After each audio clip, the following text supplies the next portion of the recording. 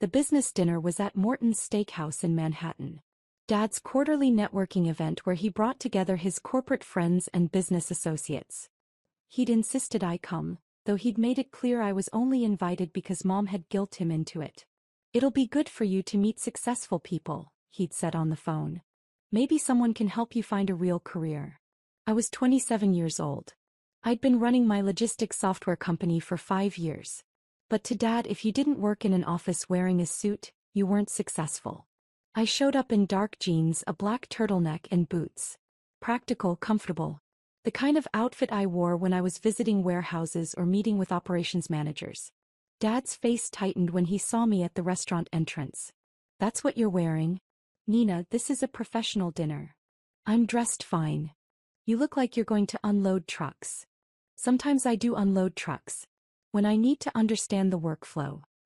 He closed his eyes briefly as if praying for patience. "Please tell me you're not going to talk about your warehouse job tonight." "It's not a warehouse job. It's a software company that optimizes logistics operations." "Right. Your company." He made air quotes. "Just try not to embarrass me, okay?" We walked into the private dining room where 8 people were already seated. Dad's usual crowd: corporate executives, finance guys, a few lawyers. My sister Jessica was there too, 29 and working as a marketing director at a luxury brand. She was in full corporate armor. Designer suit, expensive jewelry, perfect makeup. She looked me up and down and smirked. "Casual Friday came early this week?" "It's Tuesday." Exactly my point. Dad started making introductions as we took our seats. "This is my youngest daughter, Nina. He's between opportunities right now. I run a logistics software company," I corrected quietly. "She works at warehouses," Dad clarified to the table, his tone apologetic. "We're hoping she'll transition to something more professional soon." One of his friends, a man in his 50s named Robert, smiled politely. "What kind of work do you do at the warehouses?" "I don't work at warehouses. I develop software that optimizes supply chain operations. We work with warehouses, distribution centers, fulfillment operations." "She helps them organize inventory," Dad interrupted. "It's entry-level logistics work." I could have corrected him. Explained that my company had 127 employees, $340 million in annual revenue, and clients that included 3 of the 5 largest retailers in North America. But I'd learned over 5 years that Dad didn't want to hear it. He decided when I dropped out of Columbia Business School that I was a failure. Nothing I said would change his mind. Jessica leaned over to whisper loudly to the woman next to her. "She's been doing this warehouse thing for years. Mom and Dad are mortified." "I can hear you," I said calmly. "Good. Maybe you'll finally get the hint." The waiters brought appetizers. The conversation shifted to stocks, real estate, business deals. I ate my salad quietly, checking my phone periodically for updates from my CTO about the system deployment we were managing tonight. "Nina, phone's away," Dad said sharply. "It's rude." "I'm working." "You're at a dinner." "I'm monitoring a major deployment for a client. We're implementing new software across 47 distribution centers tonight." Robert raised an eyebrow. 47 centers? That's a significant operation. It's the 4th largest retailer in the country.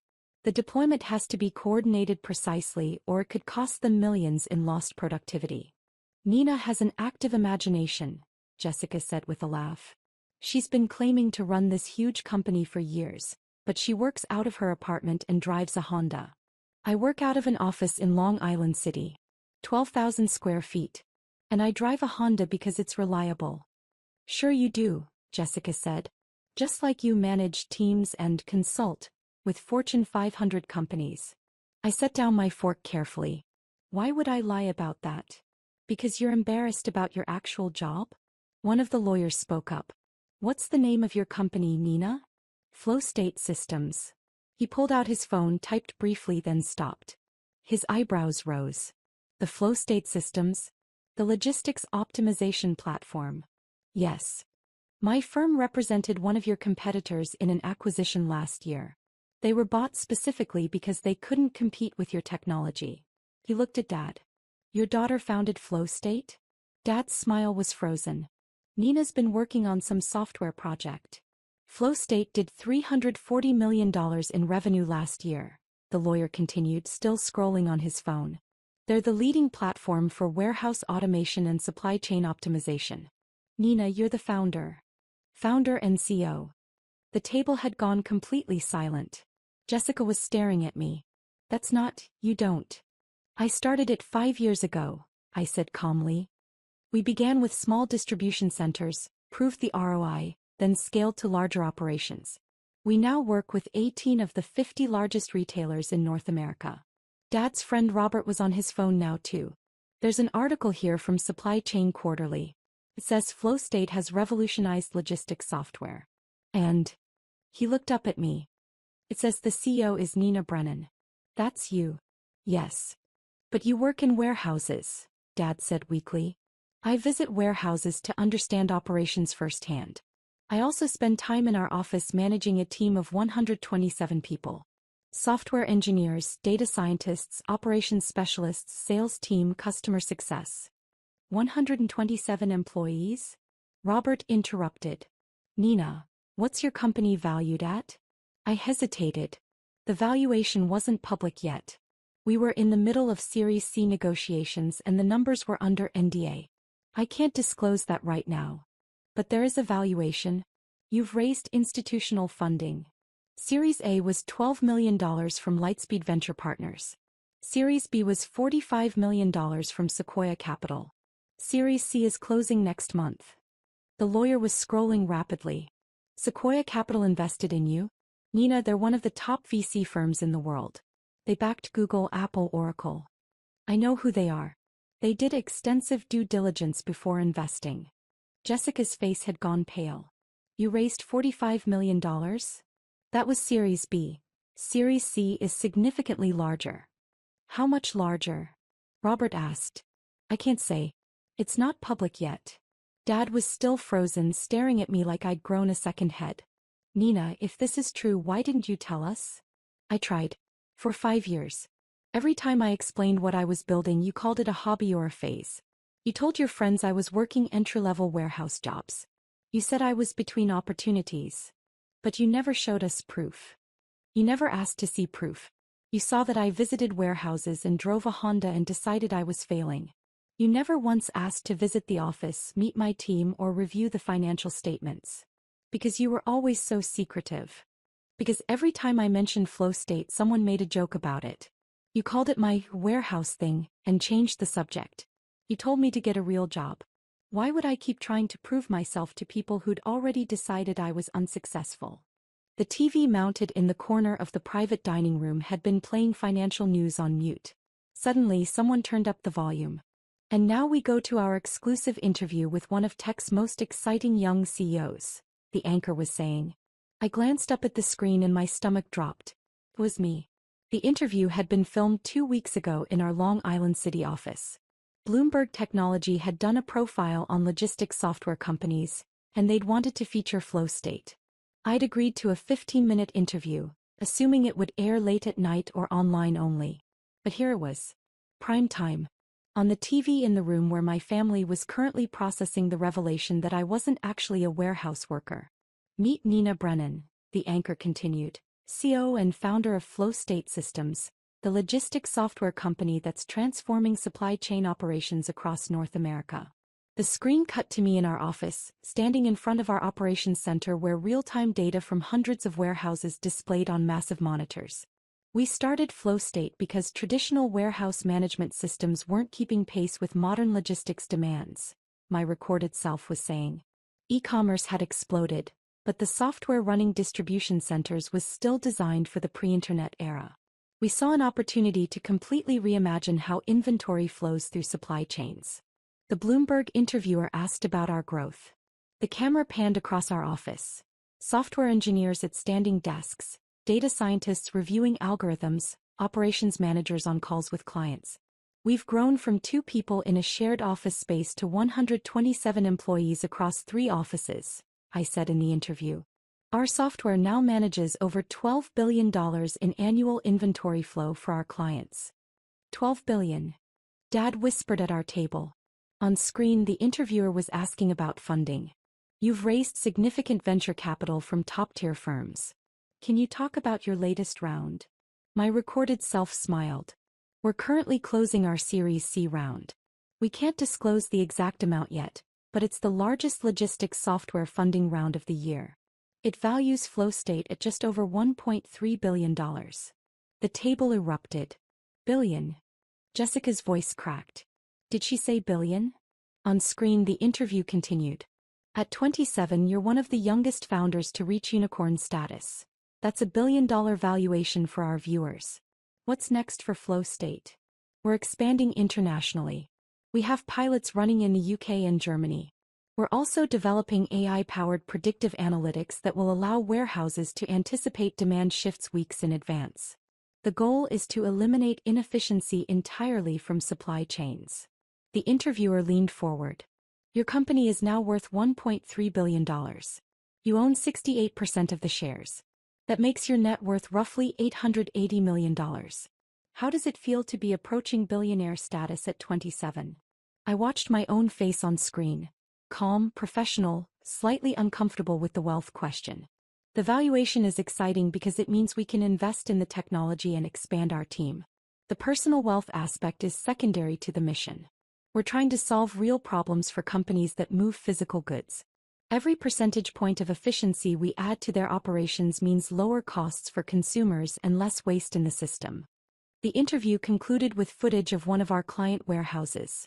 Automated systems, optimized workflows, our software managing everything seamlessly. Nina Brennan of FlowState Systems, the anchor said as the segment ended. One of tech's rising stars, proving that the future of innovation isn't just in social media and consumer apps. It's in the unsexy but essential work of moving products efficiently. The TV was muted again. Nobody at our table spoke. Robert broke the silence first. Nina, did that interview just say you're worth $880 million? On paper. Until the Series C closes and the valuation is official. You're almost a billionaire, the lawyer said slowly. At 27. The company is valued at over $1 billion. I own 68%, so yes, my stake is worth roughly that amount. Dad was still staring at the now muted TV. That was you, on Bloomberg. Talking about your billion-dollar company. Yes. And we had no idea. I tried to tell you. Jessica found her voice, though it shook. You let us think you were working in warehouses. I do work in warehouses. I spend at least one day a week in client facilities, understanding their operations. But I also run a technology company with 127 employees and $340 million in annual revenue. Both things are true. But you never corrected us. I did. Constantly. You didn't want to hear it. Robert was scrolling on his phone again. Nina, there are dozens of articles about you. TechCrunch, Wall Street Journal, Forbes. They're calling you one of the most successful young founders in enterprise software. I'm aware. Forbes has you on their 30 under 30 list for enterprise technology. You won Logistics CEO of the Year last month. You've been a keynote speaker at 3 major industry conferences this year alone. Dad's face had gone from white to red. Why didn't you tell me any of this? I did, Dad. Christmas, I mentioned the Forbes list. You said it must be for a different Nina Brennan because your daughter worked in warehouses. At Thanksgiving, I talked about the conference keynote. You said it was probably a small regional event. At Mom's birthday, I mentioned we'd raised Series B funding. You changed the subject to Jessica's promotion. That's not... He stopped. Did I really? Every time. For 5 years. Jessica was reading from her own phone now, her face getting paler. There's an article here from Fortune. Nina Brennan, the warehouse worker who built a billion-dollar software empire. It says you spent a year working in distribution centers before founding FlowState. You actually did work in warehouses. I did. I needed to understand the problems firsthand before I could build software to solve them. I worked night shifts at 3 different warehouses, took detailed notes on every inefficiency, interviewed hundreds of workers about their challenges. That's actually brilliant, Robert said slowly. Most tech founders never leave their offices. You went directly to the source. It seemed obvious to me. How could I build better software without understanding the actual work? The lawyer was shaking his head in apparent awe. Nina, do you know how rare this is? A 27-year-old building a profitable, high-growth enterprise software company in an unsexy industry? Most founders your age are burning through VC money trying to build the next social media app. You've built something that actually generates massive revenue. Logistics software isn't glamorous, but it's essential. Every product people buy online passes through systems like ours. Dad's phone started ringing. He glanced at it, then looked at me with a strange expression. That's Charles Morrison. He's on the board at Columbia Business School. The school I dropped out of? He probably saw the Bloomberg interview. Dad answered the call. Charles, hello. Yes, that was my daughter. Yes, flow state systems. No, I didn't realize the scale either. He listened for a moment, his face getting redder. She what? A major donation? How much? He went silent. 7 figures?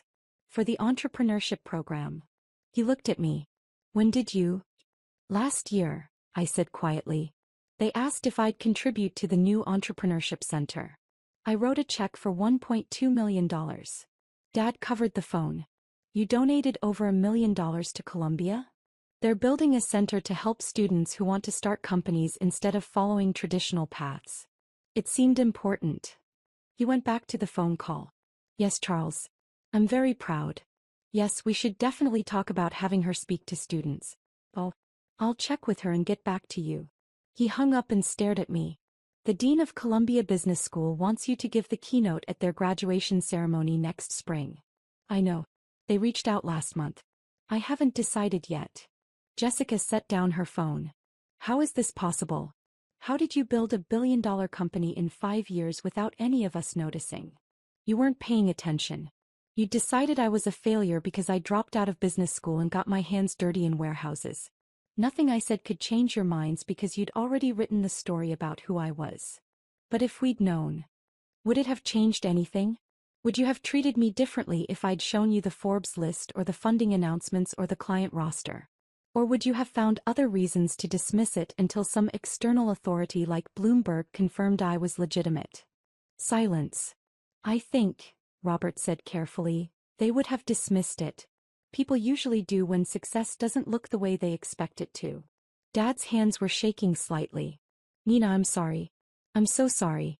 I completely misjudged everything. I thought you were wasting your potential. I know. If I'd known you were building this, you should have believed me when I told you. You shouldn't have needed Bloomberg to confirm it. You're right. You're absolutely right. He looked around the table at his business friends, all of whom were now looking at me with respect and fascination. Everyone, I need to apologize. I've been telling you all for years that my daughter was struggling, working dead-end jobs, refusing to get serious about her career. I was completely wrong. Nina is apparently more successful than everyone at this table combined.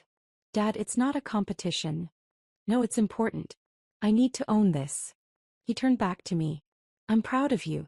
Not because Bloomberg interviewed you or because you're worth $880 million. I'm proud because you saw a problem, figured out how to solve it, and built something meaningful. And I'm ashamed that I didn't see it until it was on national television. Jessica spoke up quietly. I'm sorry too, Nina. I've been horrible. Calling your work a hobby, mocking you at family dinners, telling people you were unemployed when you couldn't make events. I was jealous of the attention you were getting even though I thought you were failing. Now I realize you were actually succeeding beyond anything I'd ever accomplish. Jess, you're doing great in your career. I'm a marketing director making $180,000 a year. You're about to be a billionaire. There's no comparison. Different paths.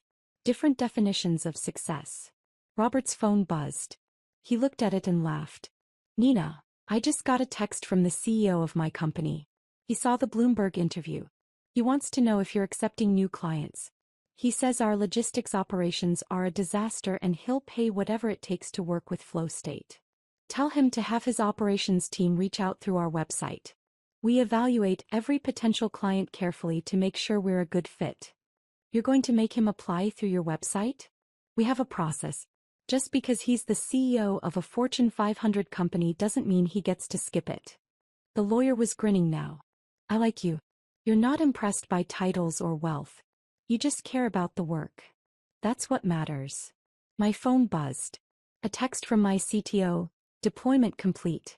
All 47 centers online. Zero errors. Client is ecstatic. This is going in the case studies. I smiled and typed back. Excellent work. Tell the team they're getting bonuses.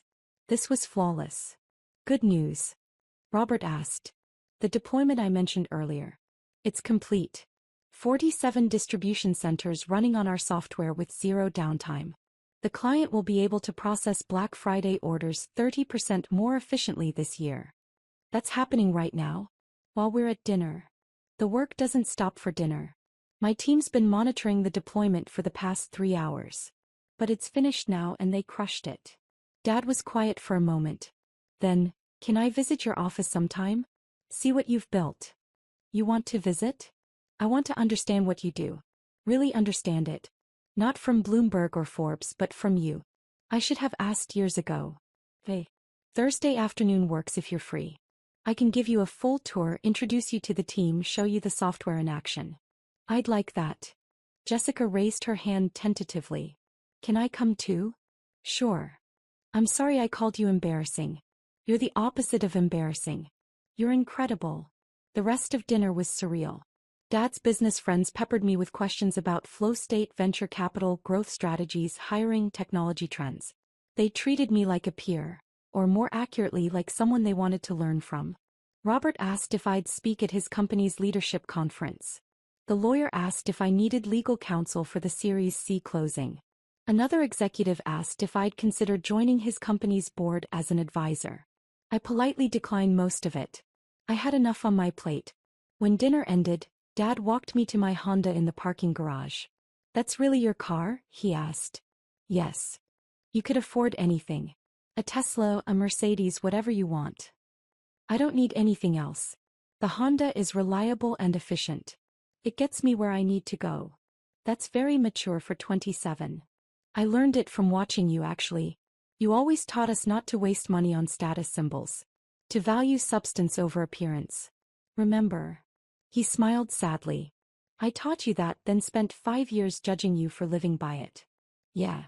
I'm sorry, Nina. Really, truly sorry. I know. And I appreciate it. But Dad, the apology doesn't erase 5 years of dismissal. It's going to take time to rebuild trust. I understand. I'll do whatever it takes. I unlocked the Honda. Start by actually visiting the office on Thursday. Learn about what we do. Meet my team. See the work firsthand instead of just reading articles about it. I'll be there. I drove back to my apartment in Astoria. A modest one-bedroom that cost $2,400 a month. I could have afforded a penthouse in Manhattan or a house in the suburbs. But this place was close to the office, quiet and perfectly adequate. The Bloomberg interview was already generating reactions. My phone was full of messages from investors, clients, potential hires, journalists requesting follow-up interviews. Our marketing director had texted that website traffic was up 400% and we'd received 50 new client inquiries in 2 hours. But the message that mattered most was from my CTO. The team is celebrating at a bar near the office. You should come. They want to thank you for the bonuses. And for building something we're all proud to work on. I smiled and texted back, give me 20 minutes. First round is on me. I changed into jeans and a t-shirt. My actual casual wear, not the professional version I'd worn to dinner, and headed to the bar. My team was there. Software engineers, data scientists, operations specialists, salespeople. The people who'd believed in flow state when it was just an idea, who'd worked crazy hours to make it real, who trusted me when I was a 22-year-old dropout with no track record. They cheered when I walked in. To Nina, someone shouted. The warehouse worker who built a unicorn. Everyone laughed and raised their glasses. My CTO pulled me aside. How did dinner go with your family? They saw the Bloomberg interview while we were at the restaurant. Oh God. How bad was it? My dad's friend asked if I was worth $880 million.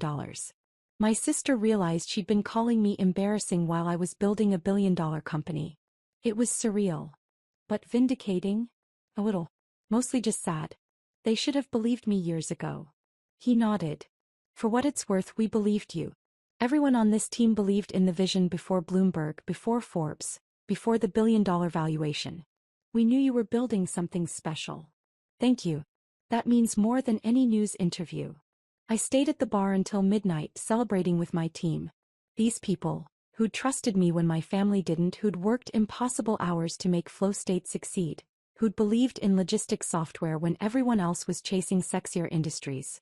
They were my real validation. When I finally got home, I found a text from Mom. Your father told me about dinner. About the interview. About everything. Nina, I'm so sorry. I should have listened. I should have believed you. Can we talk this week? I typed, Thursday after Dad's office visit. You can both come. Her response was immediate. Thank you. We love you. We're so proud of you. We should have been proud all along. I set the phone down and looked around my modest apartment. The same place I'd lived for 3 years, long after I could have afforded better. I'd stayed because it was practical, because the money was better spent on the business, because luxury didn't matter as much as the mission. Tomorrow I'd be back in warehouses, observing operations, talking to workers, understanding the problems our next software update needed to solve. I'd be in the office working with my team. I'd be on calls with clients, discussing their challenges and how we could help. The Bloomberg interview would generate more attention, more opportunities, more validation from people who'd dismissed me before. But the real work, the daily, unglamorous work of building better logistics software, that would continue regardless. Because success wasn't about proving people wrong. It was about solving real problems for real clients. It was about building a team that believed in the mission. It was about staying true to the work even when nobody else saw the value. The Bloomberg interview was nice. The billion-dollar valuation was exciting. The vindication with my family was satisfying. But none of it compared to the moment when a warehouse manager called to say our software had saved his team 3 hours of work that day. Or when a distribution center coordinator thanked us for catching an inventory error that would have cost them thousands. Or when a logistics director said our system had made his team's impossible job finally manageable. That was the real success. And I'd known it all along. Even when nobody else did.